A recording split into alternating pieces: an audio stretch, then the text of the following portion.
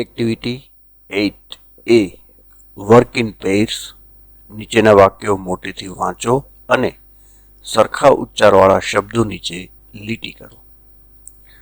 વાક્યમાં બે શબ્દ એવા આવશે કે જેનો ઉચ્ચાર સરખો હશે, તે આપણે જોશું, સમજશું અને ત્યાં અંડરલાઈન કરશું. એક, I am Madhav. My left eye is weak. I.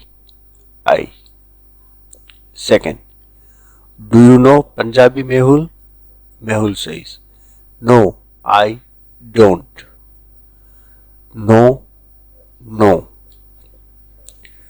Third, go buy a car, Suresh. Thank you, Smita. Goodbye. Go buy a car. Goodbye. Bye. Fourth, our principal was at the school for an hour.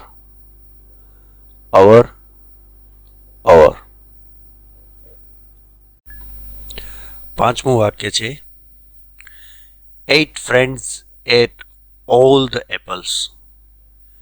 8 friends ate all the apples. 8. Sixth, we are at Somnath temple. We can see the sea from here. See. Seventh, I ate 2 kachoris. I can take one more. 2.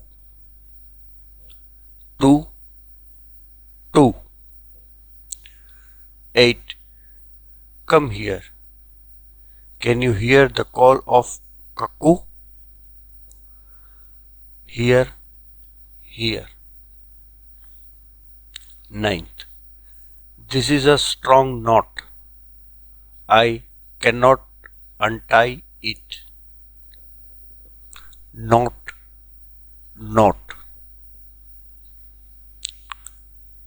10th, this is the last week before the examination. Mitali is still weak in her studies. Weak.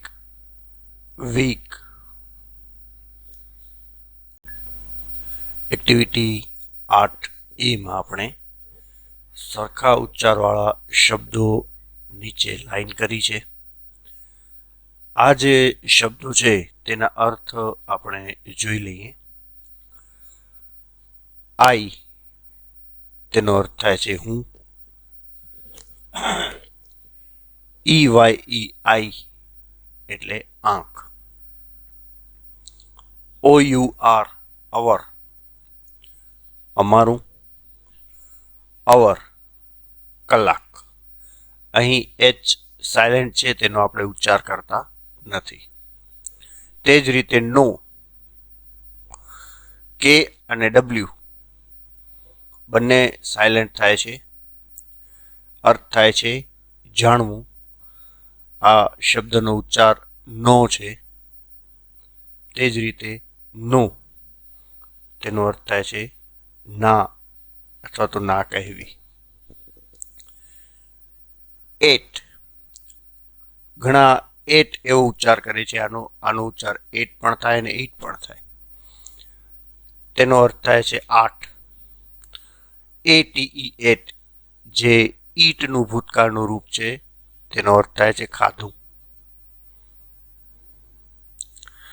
તે જ રીતે by થી અથવા તો વડે કોઈ પણ વસ્તુનો ઉપયોગ કરીએ ત્યારે આપણે જે વાપરીએ છીએ તે છે બાય.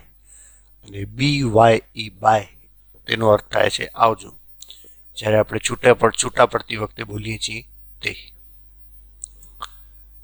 સી એટલે જોવું અને છેલ્લો ઈ કાઢી નાખીને એ ઉમેરી દઈએ, SEAC, તો તેનો અર્થ ફરી જાય છે તે છે સમુદ્ર.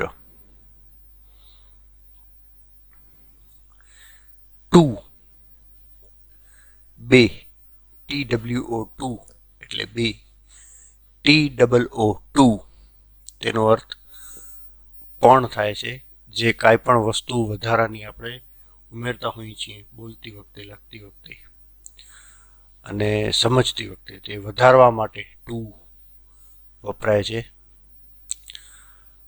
હિયર, અહીં, હિયર એટલે સાંભળવું. સ્પેલિંગ બધાના અલગ અલગ હોય છે, ઉચ્ચાર સરખા હોય છે. નોટ, અહીં પણ કે સાયલેન્ટ છે. નોટ એનો અર્થ થાય છે ગાંઠ. નોટ તેનો અર્થ થાય છે નહીં, એટલે કે ના પાડવા માટે આપણે નોટ વાપરતા હોઈએ છીએ.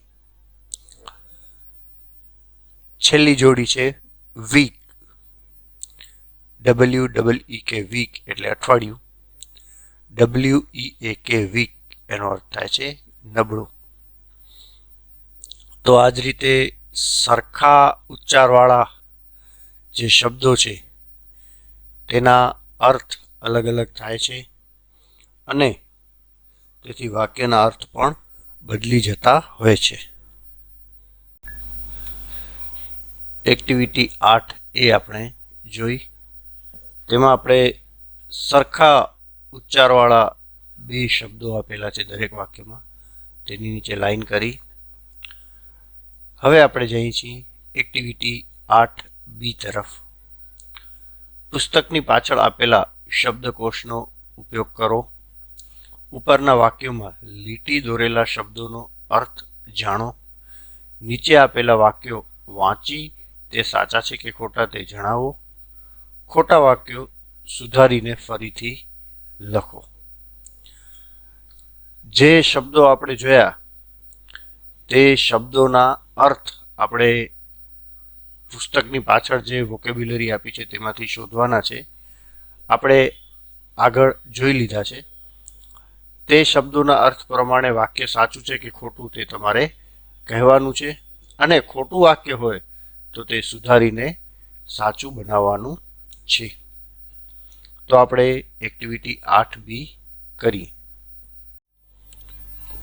એક્ટિવિટી 8B નું પહેલું વાક્ય છે Mohan is very weak in his studies. Weak નો અર્થ થાય છે નબળું. તો અર્થ પ્રમાણે વાક્ય સાચું છે, બરોબર છે. આઈ એમ મિસ્ટર નાયર. આ IEYE તેનો અર્થ થાય છે આંખ, માટે વાક્ય પડે છે ખોટું. I am mister Nair, I capital અહીં કરવાનો છે. ત્રીજું વાક્ય છે we saw the sea at Veraval last Sunday. Sea દરિયો, તો વાક્ય સાચું છે. My hands are weak. Weak નો અર્થ થાય છે નબળું, માટે વાક્ય સાચું પડે છે. See you again Harsh, bye bye. અહીં બાય BY એવો સ્પેલિંગ હોય ત્યારે બાયનો અર્થ થી અથવા તો વડે થાય છે, જેથી વાક્ય અહીં ખોટું પડે છે. તો તે વાક્ય આપણે સુધારીએ છીએ. C you again Harsh, bye by. BYE તે બાય છે તે આપણે આવજો કહીએ ત્યારે વપરાય છે. છઠ્ઠું વાક્ય છે we can here noise of the crowd. વાક્યમાં કોઈ જ ખોટો શબ્દ નથી. હિયરનો અર્થ થાય છે સાંભળવું, તો વાક્ય પડે છે સાચું.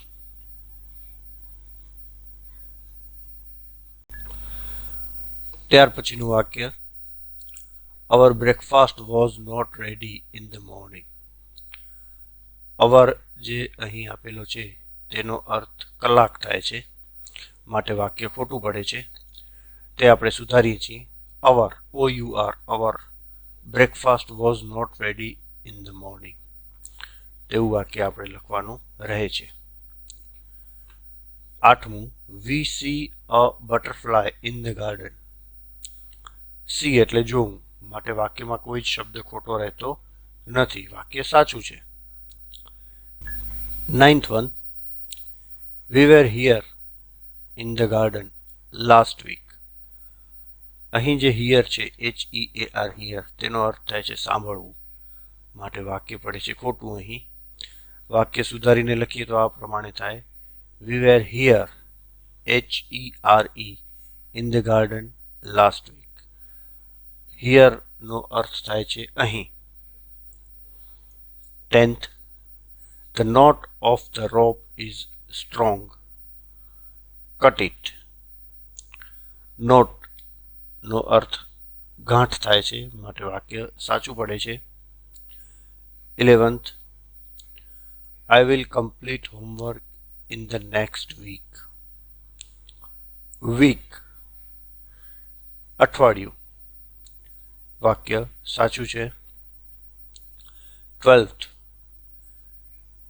there were 8 books on the table. 8 નો અર્થ થાય છે ખાધું. ઈટનું ભૂતકાળ છે આ, માટે વાક્ય પડે છે ખોટું.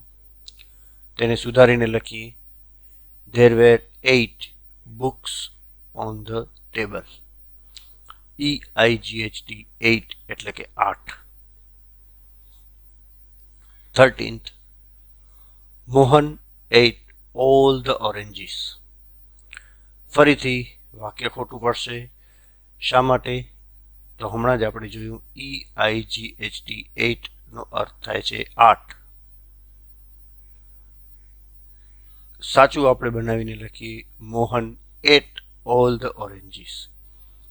અહીં 8 નો અર્થ થાય છે ખાધું, જે ઈટ નું ભૂતકાળનું રૂપ છે. છેલ્લું 14મું વાક્ય, there were only 2 students on the playground. 2 નો અર્થ છે 2, માટે વાક્ય ખોટું પડતું નથી, વાક્ય સાચું રહે છે.